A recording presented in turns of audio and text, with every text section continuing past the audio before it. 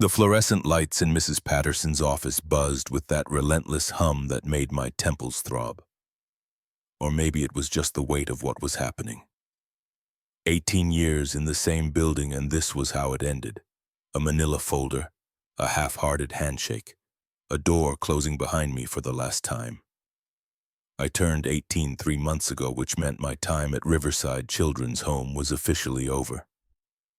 The state didn't care that I had nowhere to go, no family waiting in some suburban driveway, no college acceptance letters, no plan beyond hoping something would work out. Mrs. Patterson slid the folder across her desk with the kind of practiced efficiency that came from doing this too many times. Her eyes never quite met mine. "These are your documents, Lily," she said. "Birth certificate, medical records, everything we have on file about your background." I already knew there wouldn't be much. I'd been left at a fire station when I was 3 days old, wrapped in a yellow blanket, with nothing but a handwritten note that said, "Please love her." No name, no explanation, no breadcrumbs to follow back to whoever I came from. I flipped through the folder anyway, because what else was I supposed to do? Standard forms. Vaccination records. Report cards that tracked my unremarkable journey through the system. Average grades. Acceptable behavior. A girl who learned early not to make waves, not to hope for too much, not to believe anyone would ever come back for her. Then at the very bottom I found something I'd never seen before. A small envelope yellowed at the edges with my name written across the front in careful old-fashioned cursive. My heart jumped in my chest, that dangerous flutter of hope I'd learned to suppress. "What's this?" I asked, holding it up. Mrs. Patterson glanced at it and frowned slightly, like she'd forgotten it was there. "Oh, that. It was left with your intake paperwork when you were a baby. We don't usually give these out until a child ages out, per protocol." She cleared her throat. "I suppose it slipped through the cracks until now." My hands trembled as I opened the envelope. Inside was a single piece of paper and something small and metallic that clinked when I tilted it. The paper was a handwritten note, brief and cryptic. "For Lily when she's old enough to understand. Nobody left you anything but this. Use it when you're ready. The tractor knows. HB." I stared at the words until they blurred. The tractor knows. What kind of message was that? I reached into the envelope and pulled out the metallic object, a key. Old brass tarnished with age, with a worn leather tag attached. Stamped into the leather were 2 words, Thornfield Estate. "Do you know what this means?" I asked, my throat tight. "Thornfield Estate." Mrs. Patterson shook her head slowly. "I'm sorry, Lily. I have no idea. That note and key have been in your file since you arrived, but there's no other information. Whoever left you here didn't provide any context." I turned the key over in my palm, feeling its weight. It was real, solid, proof that someone somewhere had thought about me enough to leave this behind, even if they hadn't stayed, even if all they left was a cryptic message and a key to something I'd never heard of. That night I lay awake in the narrow bed I'd slept in since I was 7, staring at the water-stained ceiling tiles. Most of the other kids had already left, scattering to relatives or foster placements or the streets. The room felt emptier than it ever had, and the silence pressed down on me like a physical weight. I held the key up to the dim light filtering through the window, studying every groove and scratch. Thornfield Estate. The tractor knows. It didn't make sense, but it was the only thing I had that connected me to whoever I came from, and that was more than I'd ever had before. For 18 years I'd existed in this strange limbo. Not quite forgotten because the state kept feeding and housing me, but not quite remembered either because no one ever claimed me. No birthday visits, no letters, no phone calls asking how I was doing. Just silence stretching back as far as I could remember. I'd created stories in my head when I was younger. Maybe my mother was a movie star who'd had to give me up to protect me from paparazzi. Maybe my father was a soldier who died heroically and never knew I existed. Maybe somewhere out there people were looking for me, desperate to find the baby they'd lost. But as I got older, The stories stopped making sense. If someone wanted me, they would have found me. Riverside wasn't hidden. We weren't in witness protection. If my family wanted to find me, they could have. The truth I'd learned to accept was simpler and darker. Nobody wanted me. I was a mistake someone had abandoned and moved on from. The yellow blanket and the note saying, "Please love her," weren't acts of love. They were acts of guilt, a way for someone to feel better about throwing away a responsibility they didn't want. But now I had this key, and a note from someone with the initials HB who'd thought about me enough to leave me something. It probably meant nothing, probably led nowhere, but it was all I had. The next morning I packed my life into a single duffel bag, 3 changes of clothes, a toothbrush, the folder of documents, the mysterious key, and the yellow blanket I'd been found in, now faded and threadbare because letting go of it felt like erasing the only proof I'd ever existed to someone. Before I left, I stopped by the common room where a few younger kids were watching cartoons. They barely looked up when I waved goodbye. I understood. In a place like this, people came and went so often that attachments felt dangerous. You learned not to care too much because caring hurt when they left, and everyone always left.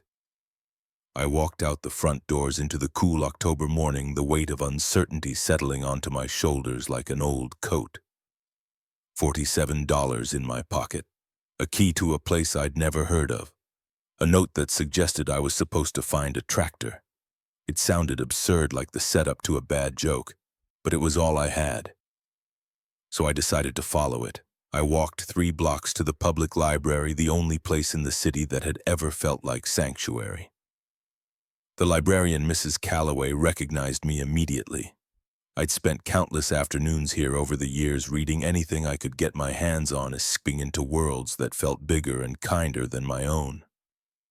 Mrs. Calloway had always been kind to me in a way that felt genuine rather than obligatory. She'd recommend books she thought I'd like. Let me stay after closing time when I had nowhere else to go. Never asked questions about my life that I didn't want to answer. "Lily," she said warmly, looking up from her desk, "I heard today was your last day. Are you all right?" I nodded, not trusting my voice. She studied me for a moment, her eyes soft with understanding behind wire-rimmed glasses. "Take your time," she said, gesturing toward the computers. "Whatever you need." I sat down at a terminal and typed Thornfield Estate into the search bar. For a long moment, nothing came up. Then I refined the search, adding the state and nearby counties. Finally, a result appeared. A small article from a local historical society mentioned Thornfield Estate as a once thriving agricultural property about 60 miles north near a town called Ashford. The article said the farm had been in operation until the early 2000s, when it was abandoned after the owner passed away. There was no mention of what happened to it after that. I zoomed in on the map, tracing the route with my finger. 60 miles. It might as well have been 1,000, given that I had no car and barely enough money for a bus ticket. But I also had nothing else. No job, no home, no plan, just a key and a note that said someone had once thought about me. I grabbed my duffel bag and walked up to Mrs. Calloway at the circulation desk. "How do I get to Ashford?" I asked.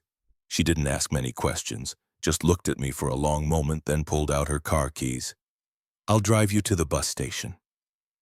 On the way there, she handed me a $20 bill. "Promise me you'll call the library if you need help," she said.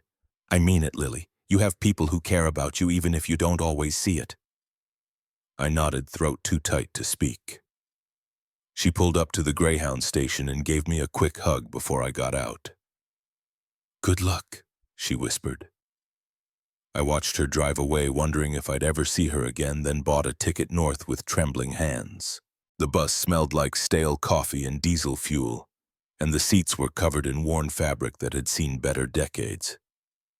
I chose a window seat near the back and pressed my forehead against the glass, watching the city fade into suburbs, then into farmland. The landscape changed gradually. Buildings gave way to fields of harvested corn, their stalks cut low and brown. Scattered farmhouses dotted the horizon, their silos standing like sentinels against the gray October sky.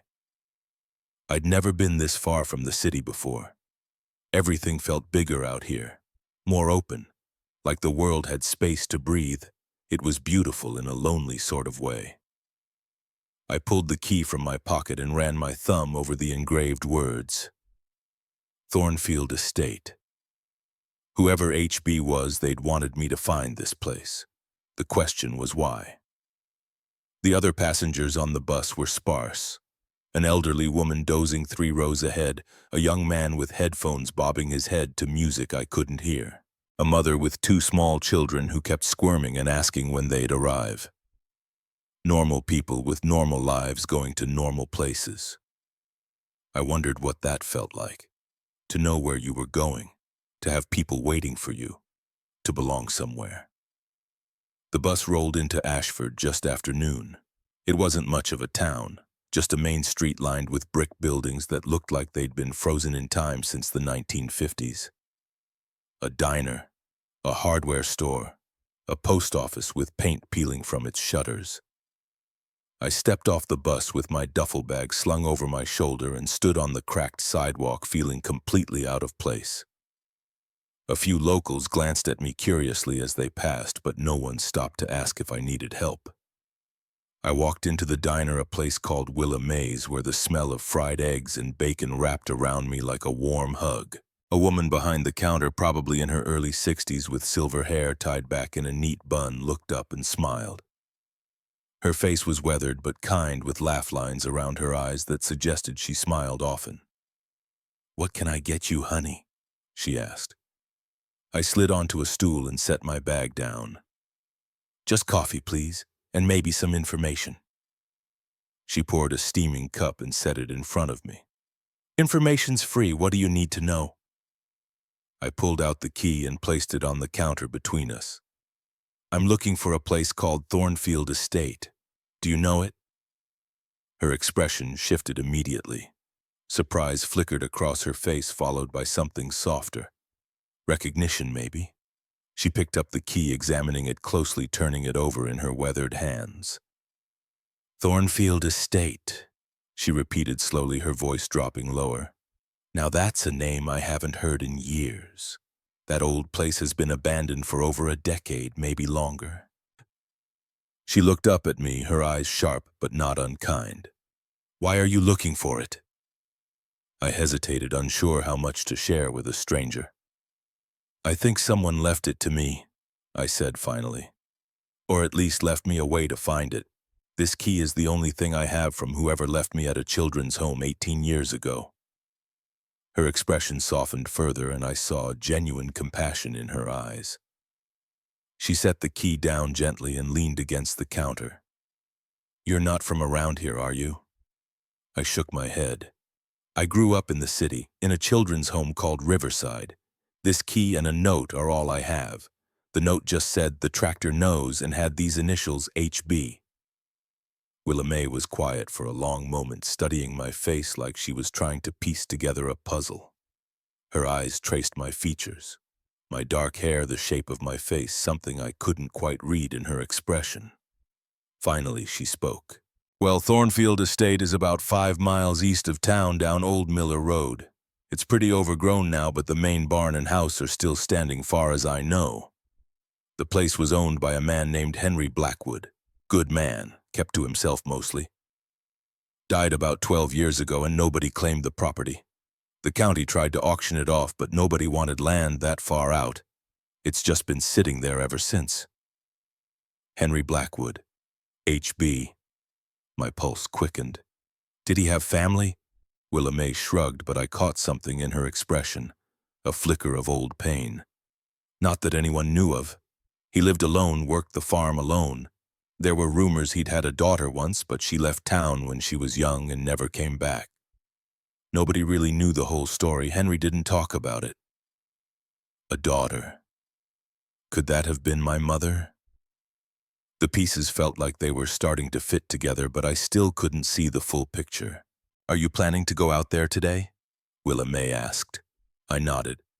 "I don't have a car, though." She glanced at the clock on the wall. My shift ends in about an hour. I can drive you out there if you want. Name's Willa May, by the way. I own this place. Relief flooded through me, so sudden and overwhelming I almost cried. Thank you, I managed to say. Really, I'm Lily. She waved a hand dismissively. Don't mention it. Small towns take care of people. Besides, I'm curious now. If Henry left you that key, there must be a reason. He was the type of man who thought things through. Careful, deliberate. If he left you something, it meant something. I sipped my coffee and waited, watching Willa May work. She moved with the easy efficiency of someone who'd been doing this for decades. Refilling coffee cups, taking orders, chatting with regulars who seemed to know her well. This was her kingdom, small but hers. An hour later, she locked up the diner and led me to an old pickup truck parked out back. The truck was probably from the 80s, faded blue paint and rust spots, but the engine turned over smoothly when she started it. We drove east through rolling hills and fields, the road narrowing as we left town behind. The autumn colors were fading now, browns and golds giving way to the gray promise of winter. The landscape felt ancient and patient, like it had been here long before us and would remain long after. Henry used to come into town every week, Willa May said as we drove, breaking the comfortable slants. Like clockwork. Every Saturday morning. Coffee and eggs. Read the newspaper. Never caused any trouble. After his daughter left, he got quieter, sadder, but he never talked about it. Some pain runs too deep for words. Finally, Willa May slowed and turned onto a gravel driveway nearly hidden by overgrown bushes. A weathered wooden sign hung crooked on a post, the words barely visible beneath years of weathering Thornfield Estate. My pulse quickened. This was it, the place the key had led me to. The driveway wound through tall grass and wildflowers that had reclaimed the land. At the end stood a two-story farmhouse, its white paint peeling and shutters hanging loose. Beside it was a large red barn, its roof sagging but still intact. And there, parked under a lean-to shelter next to the barn, was a tractor. It was old, probably from the 1960s, with faded green paint and tires half buried in weeds. But it was real, solid, waiting. Willa May put the truck in park and looked at me. You sure you want to do this? I nodded, gripping the key tightly in my palm. I have to, she smiled gently. All right. I'll wait here for a bit just in case you need me. I stepped out of the truck, my boots crunching on the gravel. The air smelled like earth and dried grass and something else I couldn't name. Memory, maybe, or possibility. The only sound was the wind rustling through the trees and the distant call of a crow. I walked slowly toward the tractor, my heart pounding in my chest. This was it. Whatever answers I was looking for, they started here. The tractor looked even more worn up close. Rust covered the wheel wells. The seat was cracked and faded leather splitting with age. Cobwebs stretched between the steering wheel and the gear shift, but despite its condition, there was something solid about it, something that had endured. I walked around it slowly, running my hand along the cold metal, searching for anything that might explain why this machine mattered, why someone had told me the tractor knows. Then I noticed something. On the side of the tractor near the engine housing, there was a small metal plate bolted to the frame. Most of the paint had chipped away, but I could still make out engraved letters. H. Blackwood, 1967. Henry Blackwood. This was his tractor. I crouched down, examining the plate more closely. And that's when I saw it. Just below his name in smaller letters were 4 words that made my breath catch in my throat. For Lily always. My legs went weak. I sat down hard on the ground, staring at those words. For Lily always. My name, carved into this tractor. How long ago? Before I was born. After, had Henry Blackwood known about me all along? Had he been waiting for me to come here? My hands shook as I stood back up. There had to be something more. Something this key unlocked. The note had said the tractor knows, but what did it know? I examined the ignition, but the key didn't fit. It was too small, too ornate for something mechanical. I checked the toolbox mounted on the side, but it was rusted shut. Frustrated, I stepped back and looked at the tractor as a whole, trying to think like someone who wanted to hide something important. That's when I noticed the seat. It was one of those old spring-loaded seats, the kind that could be lifted up. I grabbed the edge and pulled. It didn't budge at first, stuck from years of disuse, but after a few hard tugs, it creaked open on stiff hinges. Underneath was a shallow compartment, exactly the kind of space a farmer might use to store tools or supplies. But instead of wrenches or spare parts, there was a wooden box about the size of a shoebox, wrapped carefully in an oilcloth to protect it from moisture. My heart hammered as I lifted it out, brushing off dirt and dead leaves. The wood was dark and smooth, clearly handcrafted with dovetailed joints that spoke of care and skill. And on the front there was a small brass lock. I held my breath and inserted the key. It slid in perfectly. With a soft click, the lock opened.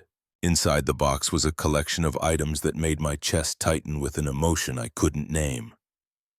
First, there was a photograph, old and slightly faded, showing a young woman holding a baby.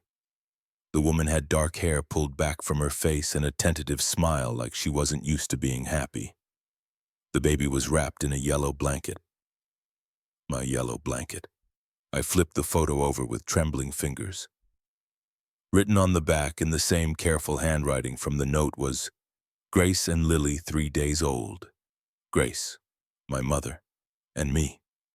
I stared at her face, memorizing every detail. The curve of her jaw, the sadness in her eyes even as she smiled, the way she held me like I was the most precious thing in the world, and also something fragile she was afraid of breaking. Beneath the photograph was a letter, folded and refolded so many times the creases had worn thin. I opened it carefully, afraid it might tear. The handwriting was shaky, written by someone whose hands weren't steady anymore.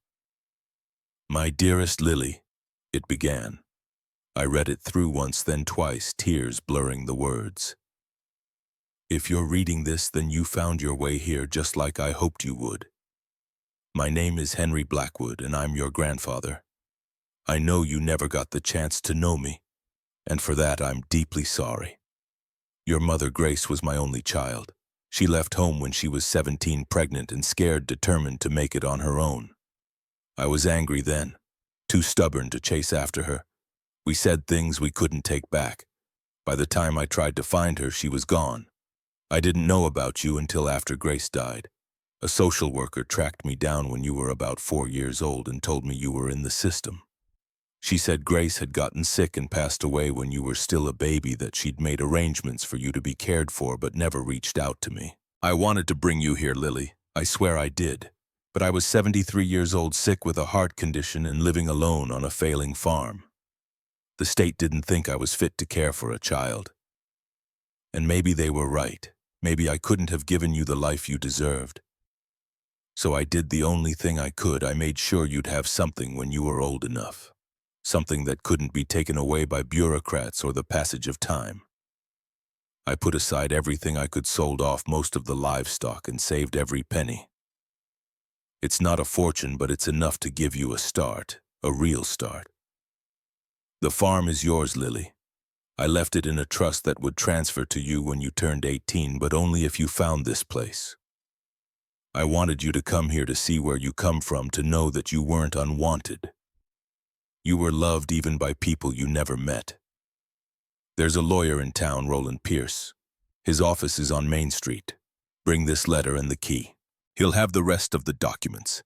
Take care of yourself, Lily. And remember, you come from good people who worked hard and loved deeply. That's in your blood. Your grandfather, Henry Blackwood." I sat down hard on the ground, clutching the letter to my chest. All this time I'd thought I came from nothing, that I'd been discarded and forgotten, unwanted, but I'd been wrong. Henry had cared, Grace had cared, they just hadn't been able to stay. At the bottom of the box, beneath where the letter had been, were 3 more photographs, small ones printed on cheap photo paper. The first showed a baby, maybe 6 months old, sitting in someone's lap, me. The second was a toddler about 3 years old playing in a sandbox. Me again. The third was a little girl, maybe 7, standing in a group of other children in what looked like a playground. All 3 photos were taken from a distance. through fences, from across streets, like someone had been watching but couldn't get close. On the back of each photo in different handwriting than Henry's letter were dates and locations. Lily 6 months Riverside. Lily 3 years Riverside Playground. Lily 7 years school field trip. Someone had been sending Henry photographs of me. Someone had been watching me grow up and making sure he knew what I looked like. I looked up at the farmhouse in the distance, seeing it differently now. This wasn't just an abandoned property. It was my family's land, my history, the roots I'd been searching for my entire life. I wiped my eyes and stood up, steadying myself against the tractor.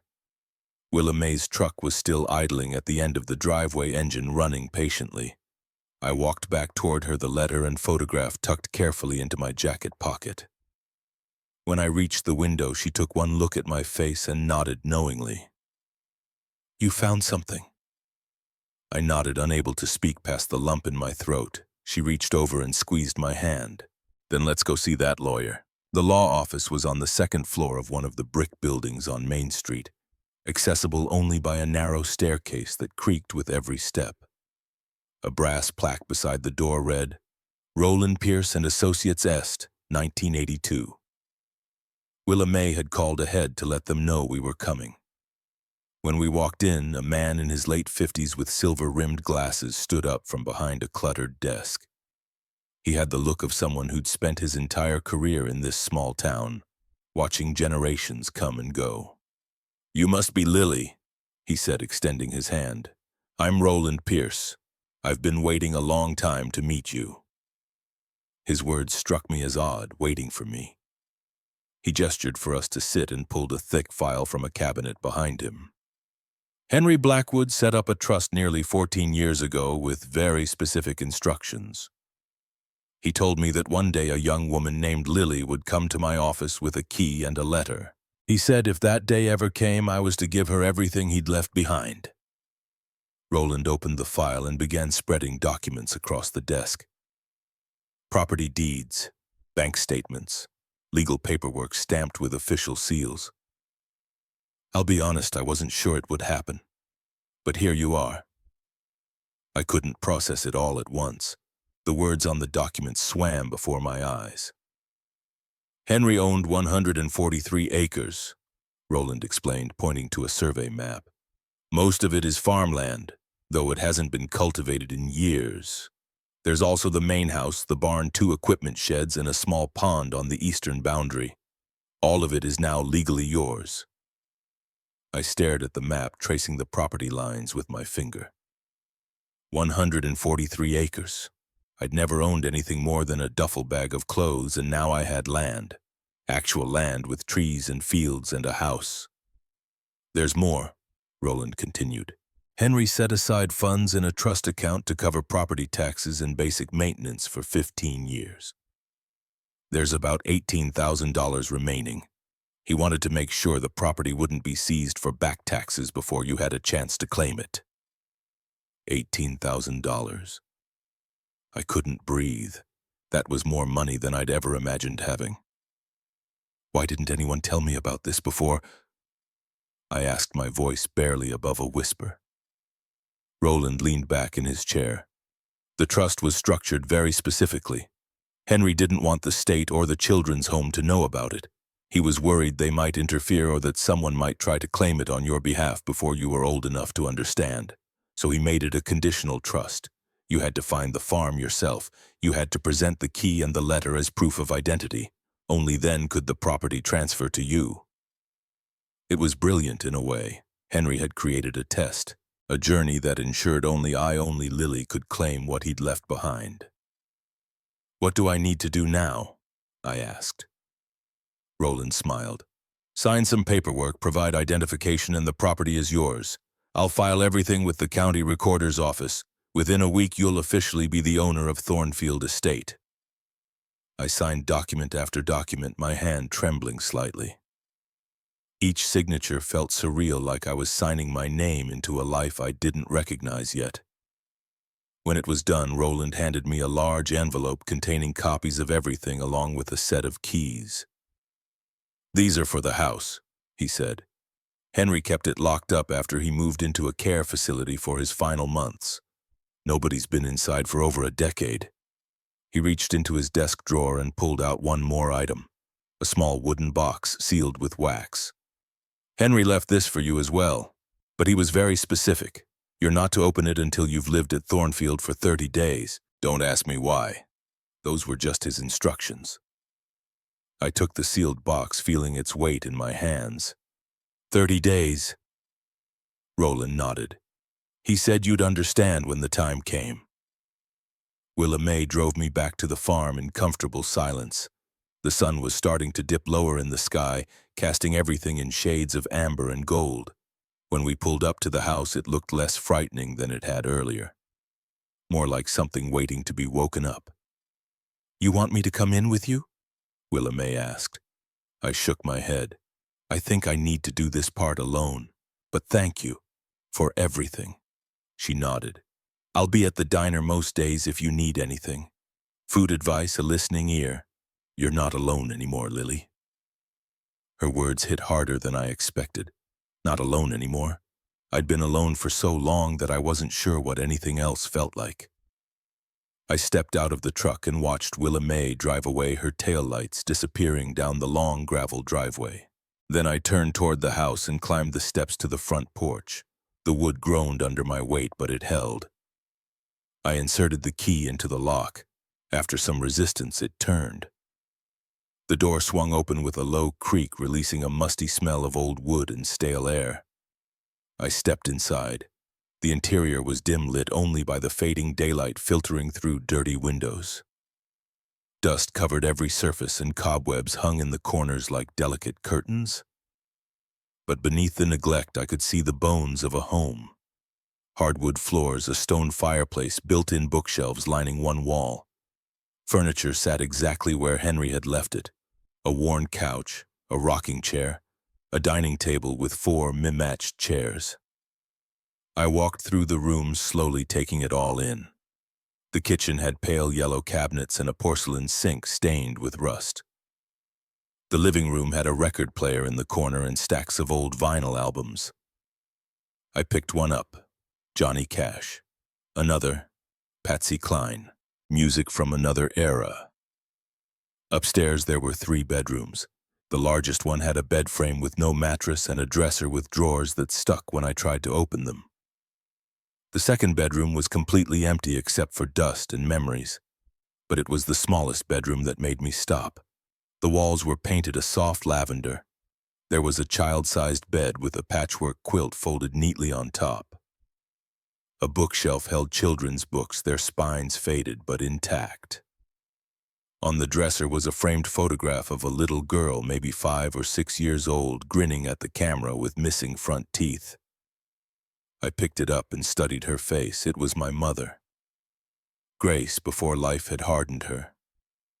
Henry had kept her room exactly as she'd left it, a shrine to the daughter he'd lost.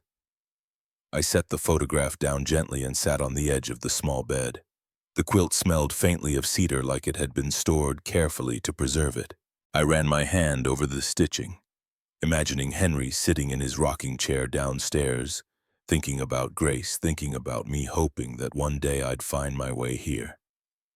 He'd built me a path through time, a trail of breadcrumbs that led from a fire station to a children's home, to a key to this quiet room filled with ghosts and love. For the first time in my life, I felt like I belonged somewhere. Not because the walls knew me, but because someone had wanted them to. I pulled the yellow blanket from my duffel bag and spread it across the bed beside the patchwork quilt. 2 generations, 2 stories, finally brought together. Outside, the sun finished setting and the farmhouse settled into darkness. But I wasn't afraid. I lit a candle I found in the kitchen and sat in the rocking chair by the fireplace, Henry's chair, and let myself imagine what came next. I spent that first night wrapped in both blankets, lying on the old couch, because the upstairs felt too big and too quiet. Every creak and groan of the house settling kept me half awake. But I didn't mind. It felt like the house was introducing itself, telling me its stories through the language of old wood and shifting foundations. When morning light finally crept through the windows, I got up and made a list. The house needed cleaning, repairs, probably a new roof eventually. But more than that, I needed to understand what Henry had really left me. The farm was more than just land and buildings. It was a legacy, and I wanted to know every part of it. I spent the next 3 days exploring every inch of the property. I walked the fields, finding remnants of old fences and the rusted skeleton of a grain silo. I discovered the pond Roland had mentioned, its surface covered in lily pads and surrounded by cattails. I ventured into the barn where ancient tools hung on walls and hay bales had decomposed into dusty piles. And every evening I returned to the tractor, sitting on its worn seat trying to imagine Henry working this land. His hands on the same steering wheel, his boots on the same pedals. On the 4th day, I found something that changed everything. I was cleaning out one of the equipment sheds when I noticed a loose floorboard near the back corner. Curious, I pried it up with a screwdriver and found a metal box underneath. Similar to the one hidden in the tractor, but larger. My heart raced as I lifted it out and brushed off the dirt. This one had no lock, just a simple latch. I opened it, and what I found inside made the world tilt. 247 envelopes, all addressed to Lily Harper Riverside Children's Home, all stamped with red ink, returned to sender, recipient unknown. The dates on the postmarks spanned 18 years. Every birthday, every Christmas, from the time I was 1 year old until just 3 months ago when I turned 18. But it was the handwriting that made me stop breathing. Henry's shaky script, not Grace's, my grandfather had written me. Every birthday, every Christmas, for 18 years, and every single letter had been returned. I opened the first envelope with trembling hands. Age 1. Dear Lily, today you turned 1. I've never met you, but I think about you every day. Your mother loved you so much. I hope whoever is raising you tells you that. I hope you're happy. I hope someday you'll find your way home. Love, your grandfather, Henry, age 5. Sweet Lily. You're 5 now. Do you like kindergarten? I called Riverside again. They won't tell me anything about you, privacy rules they say, but I'll keep trying. I'll never stop trying. All my love, Grandpa Henry, age 10. Lily. You're 10 now. I wonder what you look like. Do you have Grace's dark hair, her smile? I wrote the director again. No response. But I won't give up on you, I promise. Love always, Grandpa. I read letter after letter, watching my childhood unfold through Henry's eyes. The birthdays he imagined for me, the Christmases he hoped I was celebrating, the milestones he wished he could witness. The final letter dated 3 months ago, my 18th birthday. My darling Lily, 18, an adult now. You probably don't know I exist, but I've thought about you every single day for 18 years. If you're reading this, somehow know that I never stopped loving you. Never. There's more I need to tell you. Check under the floorboards in the lavender room. All my love, always and forever, Grandpa Henry. I collapsed on the floor of that dusty shed, sobbing. 247 letters, 18 years. Henry had never stopped trying to reach me, and I'd spent all those years believing no one wanted me. Beneath the letters, I found something else. Grace's diary, a leather-bound journal with her initials embossed on the cover. I carried everything back to the house like they were made of gliss, set them on the kitchen table, and began to read my mother's story. The early entries were what you'd expect from a teenage girl. Complaints about school, arguments with Henry about curfew, dreams of leaving this small town. Then at 17, met someone at a party. His name is Flint. He's older, maybe 23. He has this intensity. Dad would hate him, which is probably why I like him. The next entries chronicled a relationship that made my stomach tighten. Even through Grace's infatuated words, I could see the warning signs. Flint's anger, his jealousy, his control. I'm pregnant, I told Flint. He got so angry, said I did this on purpose, but I didn't. I'm 17 and pregnant and terrified. I told Dad tonight. He was so disappointed. Said I'd thrown my future away. Maybe he's right, but I can't stay and watch his face every day. I'm leaving. The entries from Portland were sporadic. Grace struggling to work while pregnant. The wonder of my birth. The exhaustion of caring for an infant alone. Then Flint found me. I don't know how, but he found me. He keeps showing up. Says Lily is his daughter. She's not. I was already pregnant when we broke up. He won't believe me. He scares me. Grace had moved 3 times in 2 months trying to stay ahead of him. Then she got sick. Can't breathe, coughing blood, no insurance, no money. Lily needs me and I'm dying. The entry that broke me. I have to go home, have to ask Dad for help. I'm so sick. 2 days later, I went. Drove to Thornfield. Stood outside watching Dad through the window. He looked so old, so tired, I wanted to knock, but Flint followed me. He got out of his truck and threatened me. Said if I involved Dad, he'd come back and hurt him. I couldn't do that. I couldn't put Dad in danger, so I left. That was Grace's final entry. 2 weeks before she died, she hadn't abandoned me. She'd been trying to protect me, trying to protect Henry, and she'd run out of time.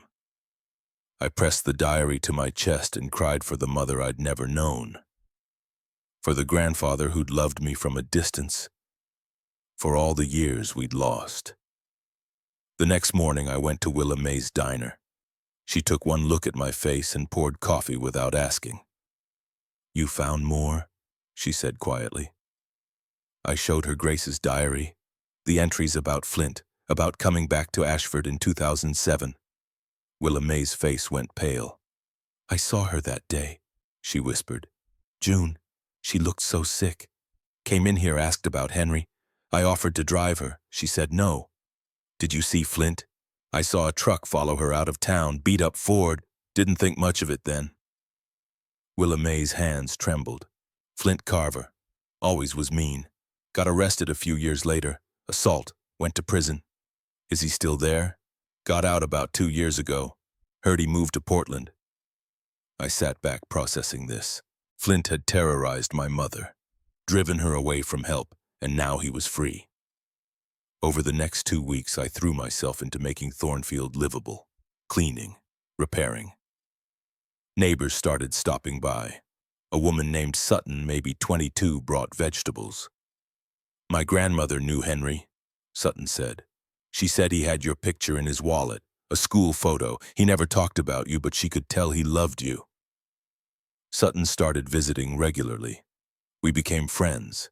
She helped me paint the kitchen, told me stories about the town, made Thornfield feel less lonely. The mechanic got the tractor running. I drove it around the property feeling connected to Henry in a way I couldn't explain. Life was starting to feel possible, normal even. Then everything changed.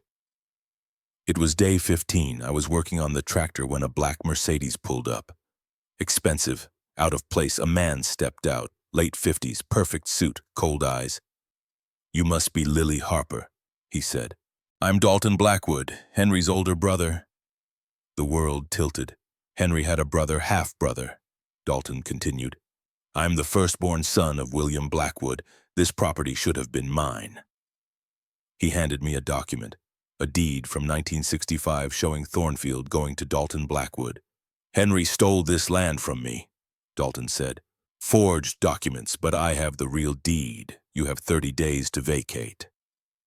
My stomach dropped. "That's not true. Roland has legitimate documents. Roland is a small-town lawyer. I have real attorneys. This property is mine. You can leave quietly or I can make this difficult. Your choice." "This is my home," I said, voice shaking. "Then you're a fool." He walked to the tractor, sneered at the "For Lily Always" inscription. "Sentimental old man. 30 days. He drove away. I went straight to Roland's office. He studied Dalton's deed, frowning. "This looks legitimate," he admitted, "but I've never seen record of a Dalton Blackwood. We need to investigate birth certificates, property records." We spent days searching. No evidence Dalton existed in any records, but his deed looked real. Then Dalton called a town hall meeting. He brought a developer, showed plans for a $50 million resort, 200 jobs. The town was desperate. Young people were leaving. No work for years. This girl is squatting on my property, Dalton told the crowd. I want to use it to help this town. The vote 52% supported the resort. 48% supported me. After the meeting, Dalton cornered me. Last chance. 75,000 cash. Walk away. I thought about it. That money could change my life. But looking at Thornfield, I knew. No, this is my home. His face hardened.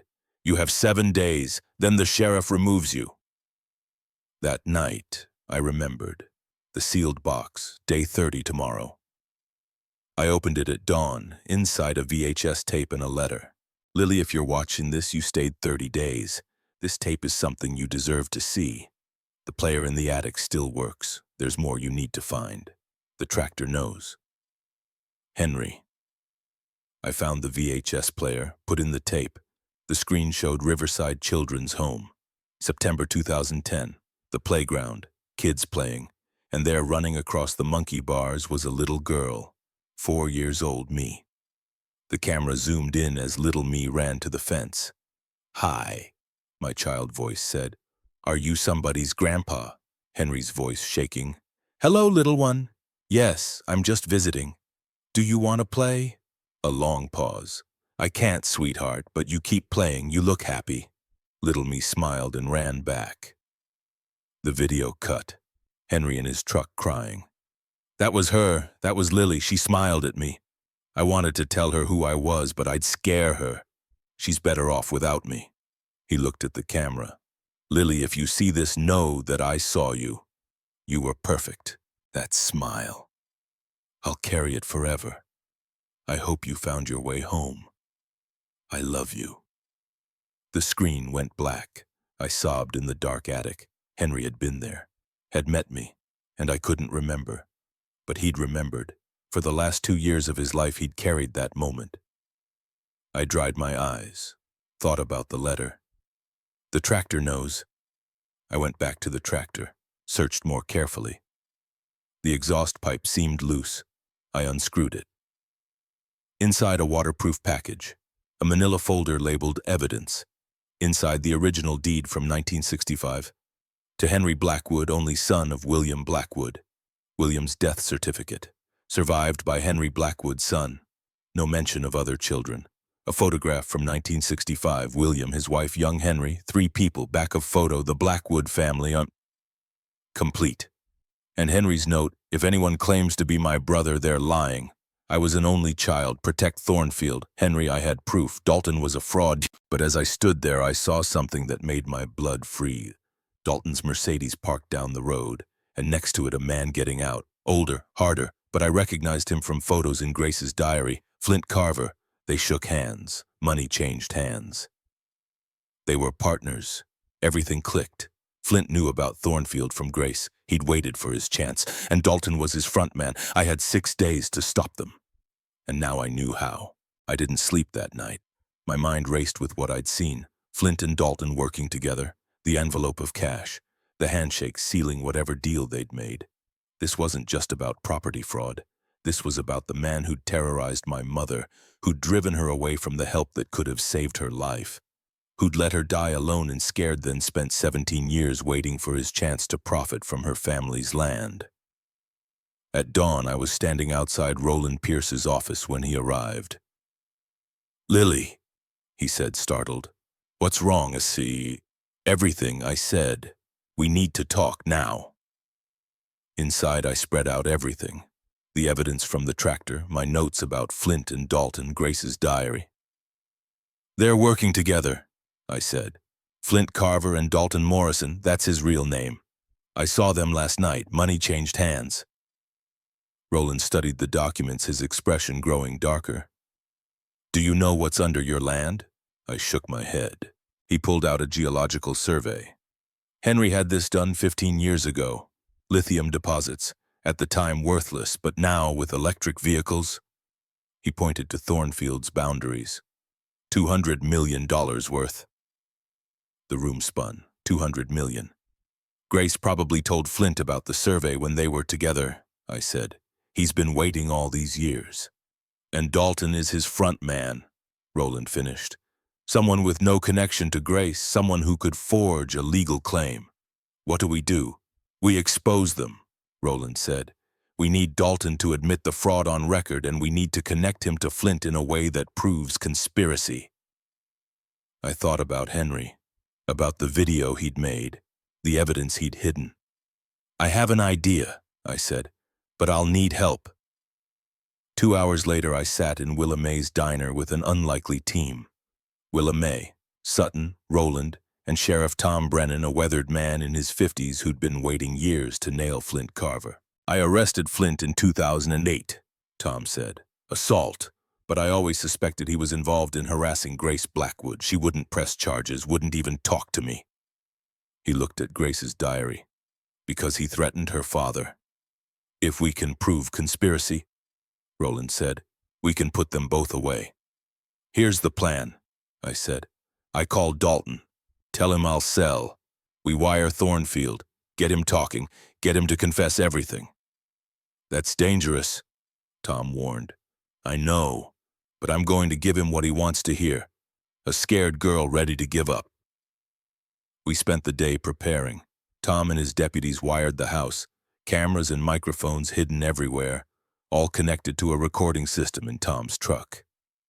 If anything goes wrong, Tom said, if he gets aggressive, say the phrase, the tractor knows, we'll be there in 30 seconds. That evening I called Dalton from Henry's landline.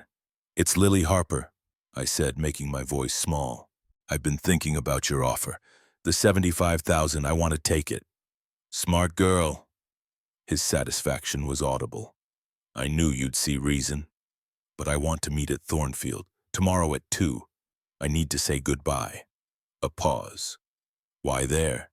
Because I need closure, I said, and the emotion was real. If I'm giving this up, I need to walk through it one last time. Fine. Tomorrow at 2.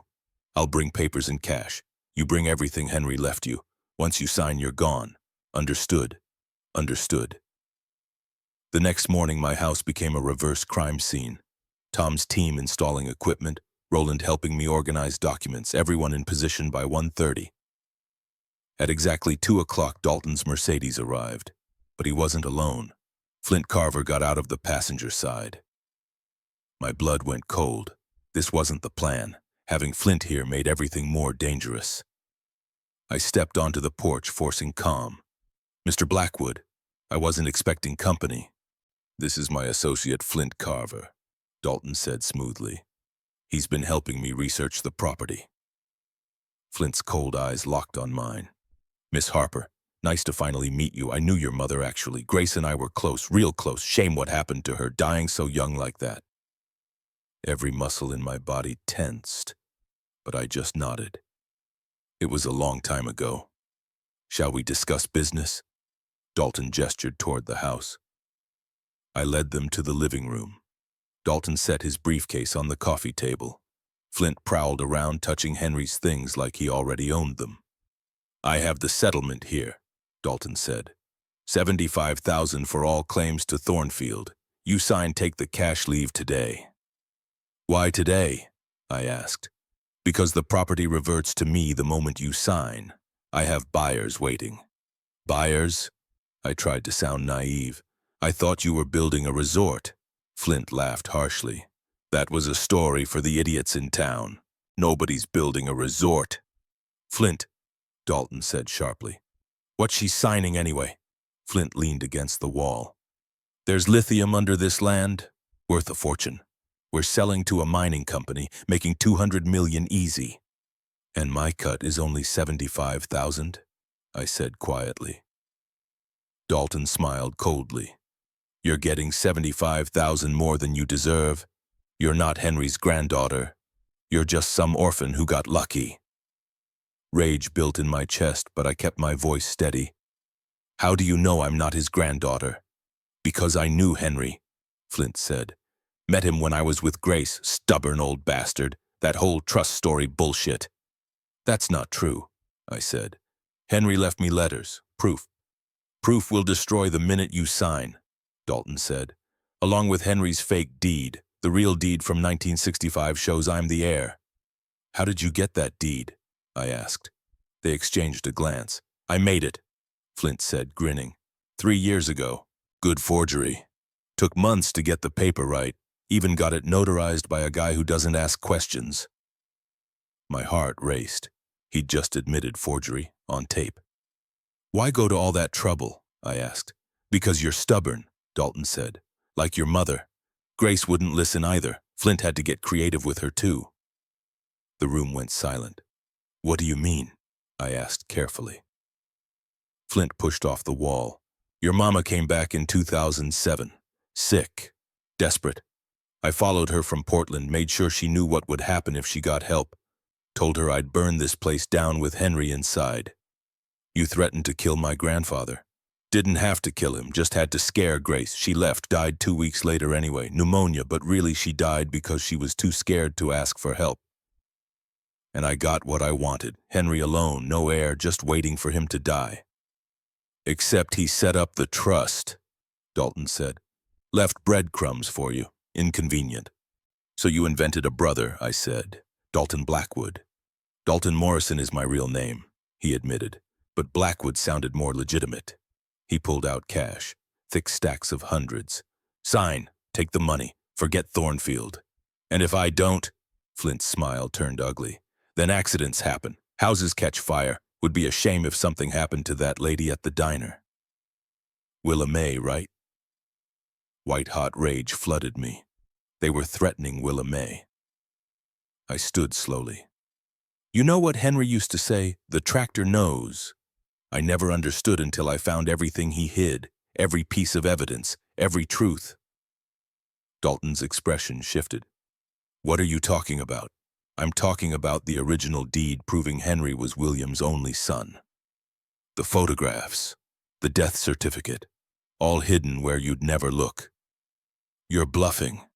I'm talking about the recording we're making right now, of you admitting forgery, conspiracy, threatening my mother. Threatening me! Flint's face darkened. He started toward me. Sheriff Tom Brennan burst through the door, gun drawn. Sheriff's Department, hands up. Flint reached for something in his jacket, but a deputy tackled him. They went down hard, Flint cursing. Tom caught Dalton as he tried to run, slammed him against the wall. Dalton Morrison and Flint Carver, you're under arrest for conspiracy to commit fraud, extortion, witness intimidation, and attempted theft. As Tom read their rights, I watched them get handcuffed and dragged to patrol cars. It was over. Roland appeared with Willa May and Sutton. Willa May pulled me into a fierce hug. You did it, honey. We did it, I whispered. All of us. Tom came back inside. That was some of the cleanest audio I've ever recorded. They confessed to everything and what Flint said about Grace. We're reopening her death investigation. His threats contributed to her not seeking medical care. We might add negligent homicide. Will they go to prison? For a long time. Dalton's looking at 10 to 15. Flint with his record could get 25 to 30. They're done.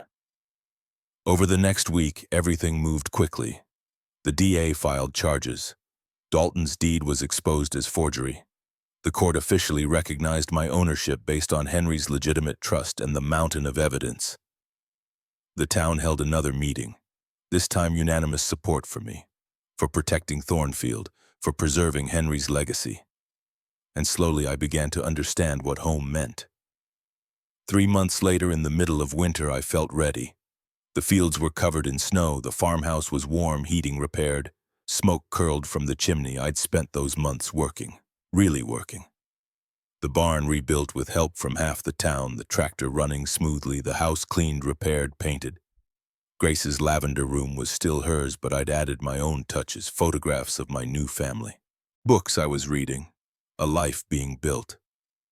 Sutton had moved into a spare bedroom, my roommate, my best friend, the sister I'd never had. Willa May came by 3 times a week with food and stories and wisdom. Roland helped me set up Thornfield as a working farm, business licenses, tax structures, long-term planning. And there was Nash, Willa May's nephew, the quiet carpenter who'd helped rebuild the barn and kept finding reasons to come back. He didn't talk much, but his presence was steady, kind. Maybe someday I'd be ready for more, but not yet. On Christmas Eve, I drove to Ashford Cemetery. In the truck bed, a headstone I'd had specially made. Black granite, polished, simple, with words I'd chosen carefully. I carried it through the snow to Grace's grave. Her existing marker was small, basic. The town had paid for it when she died with no family, but she had family now. I set the new headstone next to the old, unwrapped it. Read the inscription, Grace Blackwood, 1989-2007. Beloved daughter and mother, you wrote 247 letters in your heart. You never stopped loving, you led me home, I understand now I love you. Next to Henry's grave, I placed a smaller marker. The tractor knew the grandfather who waited. The love that never failed, I found my way home, thank you. I knelt in the snow between both graves, hands on cold granite.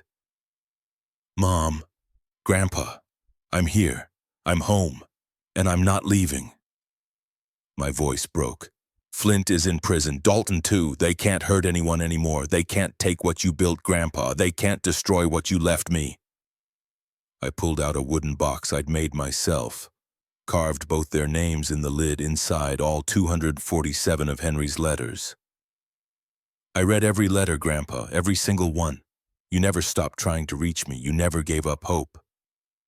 I opened the last letter, the one from my 18th birthday. My darling Lily, 18, you probably don't know I exist, but I've thought about you every single day for 18 years. That's what you wrote. You were right, I didn't know, but I do now. I placed the box on Grace's grave, walked to Henry's headstone, put my hand on it. I saw the video. I saw you watching me when I was 4. I saw how much you wanted to tell me who you were. My voice dropped to a whisper. I don't remember meeting you, but I wish I did. I wiped my eyes. But even though I don't remember, I feel you at Thornfield, in the rocking chair, in the fields, in every part of this place you built. You're there. Both of you are there, and you always will be. The cemetery was dark now except for streetlights, but I wasn't scared. I was home. I forgive you, I said to both of them, for everything you think you did wrong. Mom, you didn't abandon me. You protected me. You gave me life and love and a way home when you couldn't be there yourself. And Grandpa, you didn't fail. You gave me everything, this land, this legacy, this chance. I sat in the snow, not caring about the cold, just needing to be close. The tractor knew everything. You were right. It knew about the letters, the evidence, the truth, and it led me to all of it. I stayed until my fingers were numb. Then I stood, touched both headstones. Merry Christmas, Mom. Merry Christmas, Grandpa. I'll be back soon. Walking back to the truck, I looked at the stars, brilliant against the darkness, and for a moment I let myself believe they could see me. That somewhere Grace and Henry knew I was okay, that I was home. Back at Thornfield, lights blazed in every window.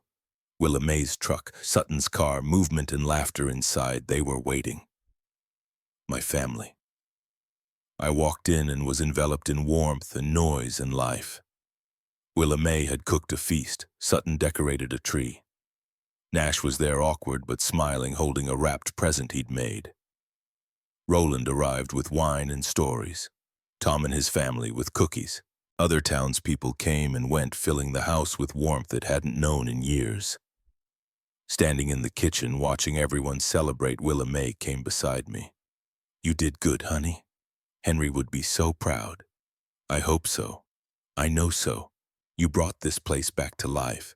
You fought for it, made it home again. Later, after everyone left and Sutton went to bed, I sat alone in Henry's rocking chair by the fireplace. The house quiet except for crackling fire and wind through tree. I pulled out my journal, started keeping one, following Grace's footsteps. December 24th. 6 months since I arrived at Thornfield. 6 months since I found the key. Sometimes I can't believe this is my life now, that I have a home, a family, a future. I paused, listening to the house settle. Grace wrote in her diary that she hoped I'd understand someday. I do understand now, Mom. You did what you thought was right, what would keep me safe, and it did. I survived. I grew up. and I found my way here. And Grandpa, you said I come from good people who worked hard and loved deeply. You were right, I do. I come from you, from Grace, from people who fought and sacrificed and never stopped hoping. That's in my blood, that's who I am. I set down the pen, looked at the photographs on the mantel. Grace holding baby me, Henry by the barn, me and Sutton at the Harvest Festival. The work party that rebuilt everything, 3 generations, connected at last. Home isn't where you're born, I wrote. It's where you're claimed, where you're wanted, where you belong. I belong here, at Thornfield, in Ashford, with these people who chose to be my family. The tractor knew all along, and now finally so do I. I closed the journal, wrapped myself in the yellow blanket, let myself drift off to sleep in Henry's chair. Outside snow continued falling over Thornfield Estate, over the fields Henry worked, over the barn we rebuilt, over the tractor that held all our secrets. And somewhere in the darkness I imagined Grace and Henry watching, smiling, knowing everything they'd hoped for had come true. I was home, and I was staying. Spring would come. I'd plant the first crops. Nash would help repair the fences, and maybe by summer I'd be ready to see where that quiet kindness could lead. Willa May would teach me to can vegetables from the garden Sutton and I would plant together. Roland would help me establish Thornfield Community Farm, teaching local kids about agriculture, creating jobs, honoring Henry's legacy of helping others. The town that had split over Dalton's resort would unite over what we built together, something sustainable, something real. And every evening I'd walk to the tractor, sit in the seat where Henry sat, where I'd found the first box, where everything began. I'd run my hand over the metal plate, for Lily always. And I'd whisper, "I'm home, Grandpa. I'm finally home." The tractor knew. It had known all along. It knew that love doesn't abandon. It transforms. It knew that home isn't a place you're born. It's a place you choose, a place that chooses you back.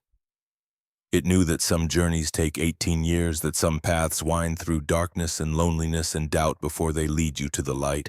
It knew that family isn't just blood. It's the people who show up, who fight for you, who help you rebuild when everything falls apart.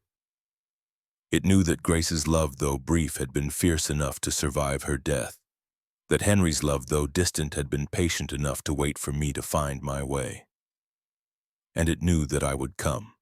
Eventually, inevitably, because I was always meant to be here, at Thornfield, home. 1 year later, the morning sun cut through the kitchen window at Thornfield, painting everything in shades of gold. I stood at the counter, hands wrapped around a mug of coffee, watching the steam rise in lazy spirals. Through the glass, I could see the fields stretching toward the horizon, no longer overgrown and wild, but cultivated. Alive. Green rows of corn pushing up through the dark soil. The vegetable garden Sutton and I had planted bursting with tomatoes and beans and squash. 1 year, 365 days since I'd first walked up that overgrown driveway with nothing but a key and a desperate hope. "You're up early," Sutton said, padding into the kitchen in her pajamas, hair sticking up in every direction. "It's Saturday. We're supposed to sleep in on Saturdays." I smiled. "Couldn't sleep. Too much to think about. Today's the big day, huh?" She poured herself coffee and leaned against the counter beside me. "You nervous?" "Terrified," I admitted.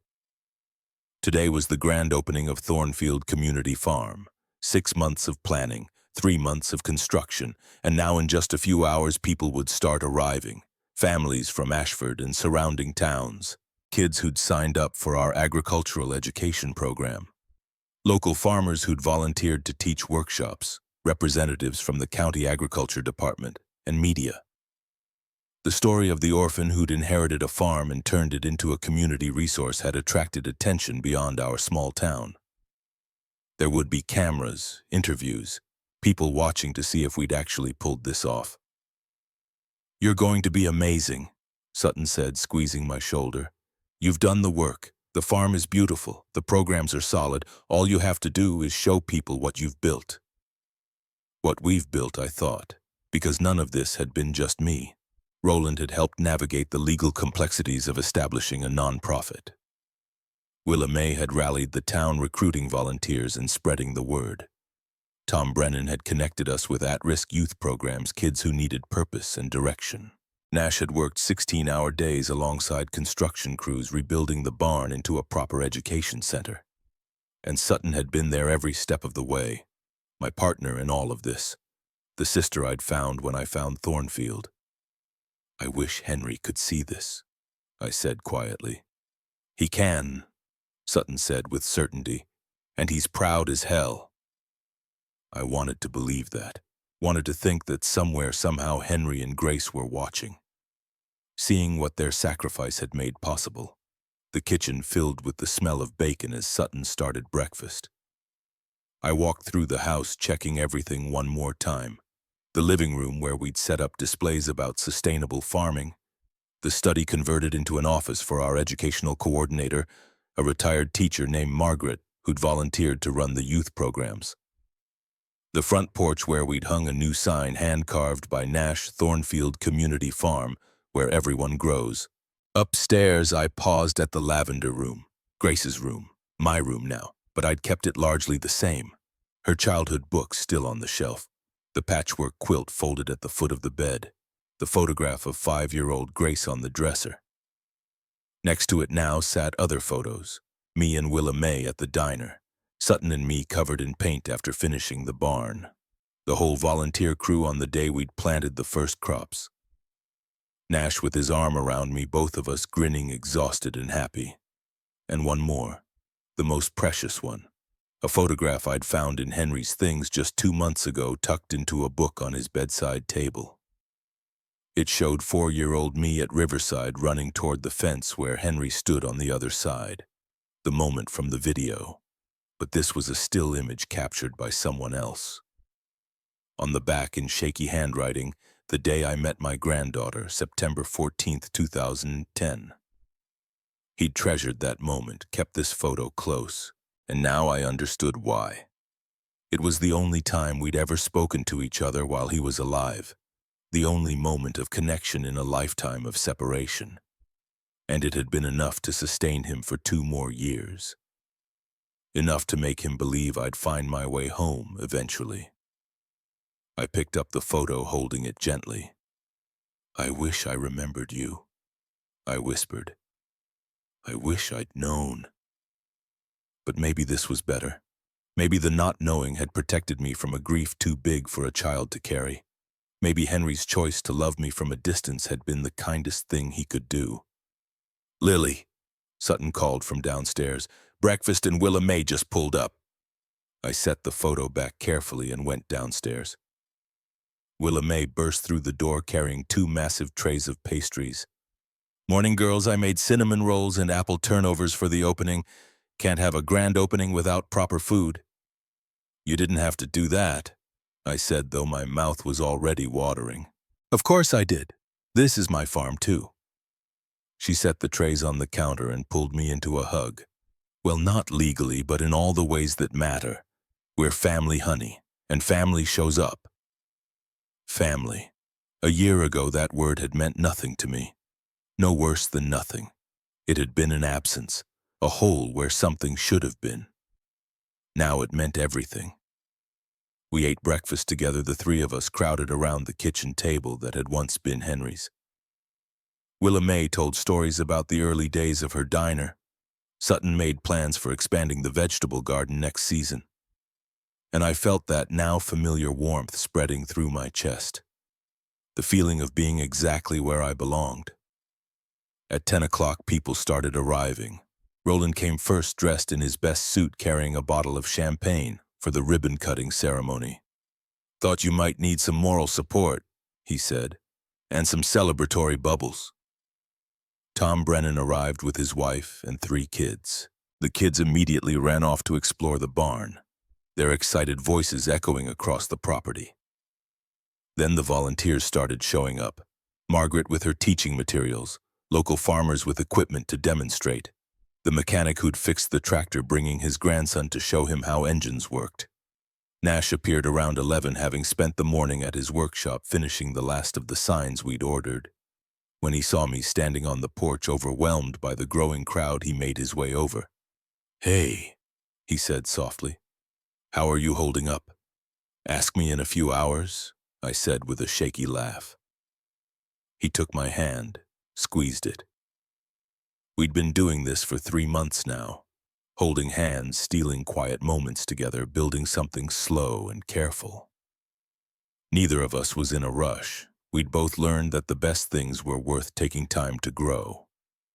"You've got this," he said. "Look at what you've built. Look at all these people who came out to support you." I looked, really looked. The driveway was full of cars now. Families spreading blankets in the grass for picnics, kids running between the barn and the equipment sheds, elderly couples walking slowly through the fields pointing at crops and remembering their own farming days.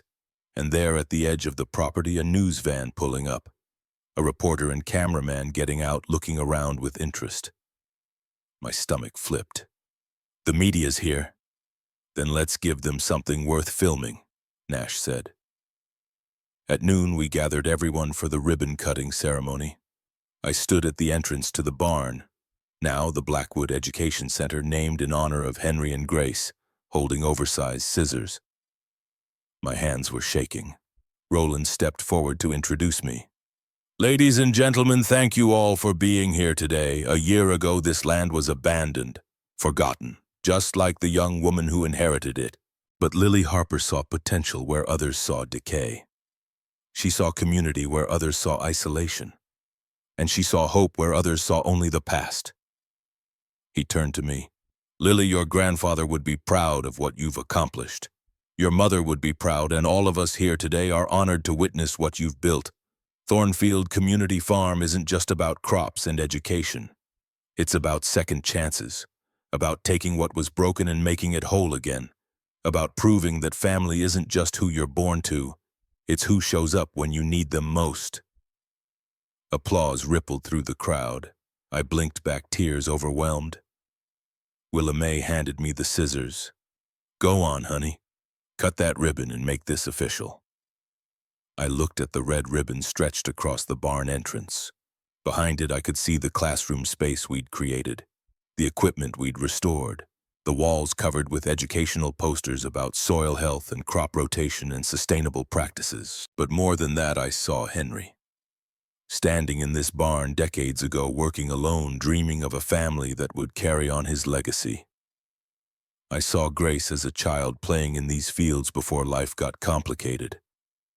I saw the tractor that had kept all their secrets waiting patiently for me to find them. And I saw myself. The scared 18-year-old who'd arrived with nothing but a key and a desperate hope. Who'd been transformed by this land and these people into someone capable of creating something meaningful. "This isn't just my farm," I said, my voice carrying across the crowd. "This is our farm. Everyone here helped build it. Everyone here believed in it when it was just a dream. So this isn't my grand opening, it's ours." I cut the ribbon. Cheers erupted. People surged forward to explore the education center. Kids raced to the hands-on exhibits we'd set up. Parents asked questions about enrolling their children in our programs. Farmers examined our equipment and offered advice for next season. The reporter cornered me for an interview. "Miss Harper, can you tell us how it feels to go from having nothing to owning and operating a successful community farm?" I thought about how to answer, about all the easy, quotable things I could say. Instead, I told the truth. "I never had nothing," I said. "I just didn't know it yet. My grandfather left me more than land. He left me proof that I was wanted, that I was loved, that even when I felt most alone, someone was thinking about me, hoping for me, waiting for me to come home." The reporter's expression softened. "And what would you say to other young people who feel like they don't have anything, who feel forgotten or abandoned?" I looked directly at the camera. "I'd say you're not forgotten. Somewhere someone loved you. Maybe they couldn't show it in the ways you needed. Maybe circumstances pulled you apart, but that love existed. And if you're patient, if you're brave enough to follow the breadcrumbs, you might find your way back to it." After the interview, I needed a moment alone. I walked to the tractor, still parked in its place of honor next to the barn, now polished and pristine, a centerpiece of our farm, rather than a rusted relic. I sat in the seat where Henry had sat, where I'd found the first box, where everything had begun. "We did it, Grandpa," I whispered. "The farm is alive again. People are here, learning, growing, just like you wanted." I ran my hand over the metal plate, for Lily always. "I understand now why you left it all to me. Not because I deserved it, but because you knew I'd need it. You knew I'd be lost without roots, without knowing where I came from." A shadow fell across the tractor. I looked up to see an elderly woman I didn't recognize. She was probably in her 80s, leaning on a cane with kind eyes and silver hair. "Excuse me, dear," she said gently. "I hope I'm not intruding." "Not at all," I said, climbing down from the tractor. "Can I help you?" She smiled. "I'm Evelyn Morrison. I was Henry Blackwood's neighbor for 40 years. I live about 2 miles down the road." My heart jumped. "You knew Henry?" "Very well. He was a dear friend." She paused, eyes glistening. "I'm also the one who sent him the photographs." The world stopped. "What?" I breathed. Evelyn nodded. "I worked at Riverside Children's Home for 25 years. I was the assistant director. When Henry came to the home in 2010 trying to see you, I was the one who had to turn him away. It broke my heart. He was clearly a good man who loved you, but the rules were strict, no contact without proper custody arrangements." She pulled an envelope from her purse. "After he left, I couldn't stop thinking about him, about you, about how wrong it felt that you'd never know each other. So I bent the rules, just a little. You sent him my photos," I whispered. "Every year, on your birthday and Christmas, just candid shots from around the home. You playing, you learning, you growing up. I never included identifying information about myself. Didn't want to lose my job. But I wanted Henry to know you were okay, that you were real, that you were worth waiting for." Tears streamed down my face. "He kept them all, every single one." I hoped he would. Evelyn's own eyes were wet now. "And I hoped that someday, somehow, you'd find your way to each other." I retired 5 years ago and moved back here to Ashford. When I heard about a young woman from Riverside inheriting Thornfield, I knew it had finally happened. I hugged her, this stranger who'd been a guardian angel I never knew I had, who'd given Henry the one thing that sustained him through years of separation, proof that I existed, that I was growing, that someday I might come home. "Thank you," I sobbed into her shoulder. "Thank you for giving him that, for giving him hope. Thank you for proving that hope was justified," she whispered back. "Look at what you've built, Henry's dream alive again." We stood there together, crying and laughing as the grand opening celebration continued around us. 2 women connected by a man we'd both loved, by a farm that had waited patiently for its family to return. Later that evening, after everyone had gone home and the sun was setting over the fields, I sat on the porch with Sutton and Nash. We were exhausted but happy, watching the sky turn pink and orange and purple. "Today was perfect," Sutton said. "Did you see how excited those kids were about the planting workshop? And the families signing up for next month's programs?" Nash added. "You're going to have a waiting list." I smiled, but my mind was elsewhere, on Evelyn's revelation, on the secret kindness that had connected Henry to me across all those years. "What are you thinking about?" Sutton asked, reading my expression. "Just how many invisible threads hold our lives together?" I said. "How many people we never meet who change everything? Evelyn Morrison, Mrs. Calloway giving me bus money, Willa May driving a stranger to an abandoned farm, all these tiny choices that led me here." "It's not fate," Nash said thoughtfully. "It's grace, people choosing to be kind when they don't have to be." Grace, my mother's name, the word that meant unearned gift, undeserved blessing. "Yeah," I said softly. "Grace." As darkness fell, we went inside. Sutton headed to bed exhausted from the day, but Nash lingered. "Walk with me," he asked.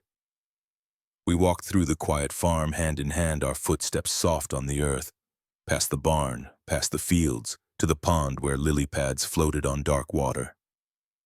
"I have something for you," Nash said. He pulled a small wrapped package from his jacket. "It's not my birthday," I said, surprised. "I know, but today felt like the right day for this." I unwrapped it carefully. Inside was a wooden box, small and beautifully crafted. When I opened it, my breath caught.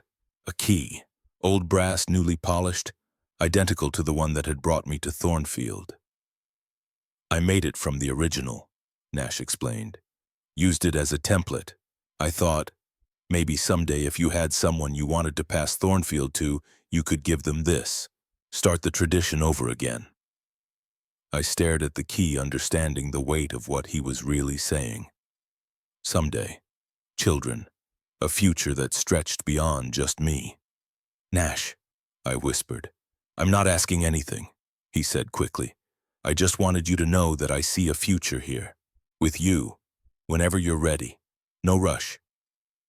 I kissed him then there by the pond where dragonflies skimmed the water and stars were beginning to appear overhead.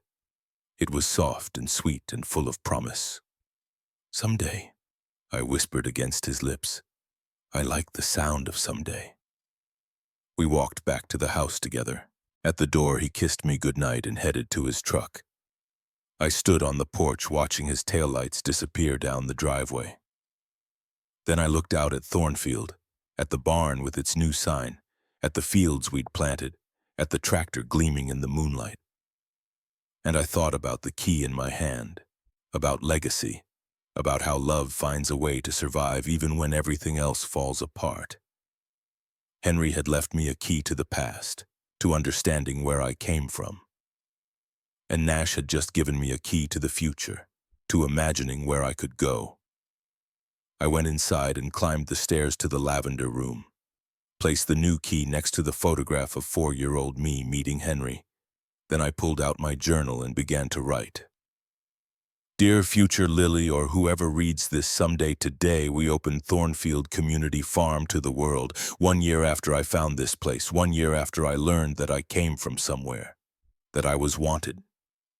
Henry left me 247 letters and a farm. Grace left me a diary and the truth about love and sacrifice. Evelyn gave us both the gift of invisible connection. And I'm leaving you this proof that broken things can be made whole, that abandoned places can bloom again, that the girl who believed she came from nothing can build something that matters." The tractor knew, it always knew, that love endures, that patience pays off, that some journeys take a lifetime but are worth every step. If you're reading this, you're probably standing in the same lavender room where Grace grew up, where I learned to call somewhere home. I hope these walls still stand. I hope the tractor still sits by the barn. I hope Thornfield is still alive with the sound of children learning and growing. But even if it's not, even if time has worn everything away, know this: you come from people who fought for what mattered, who believed in second chances, who proved that family is what you build, not just what you're born into. You come from Grace and Henry and Lily. You come from Thornfield, and that means you come from love. Always, always from love. Lily Harper Blackwood. 1 year home.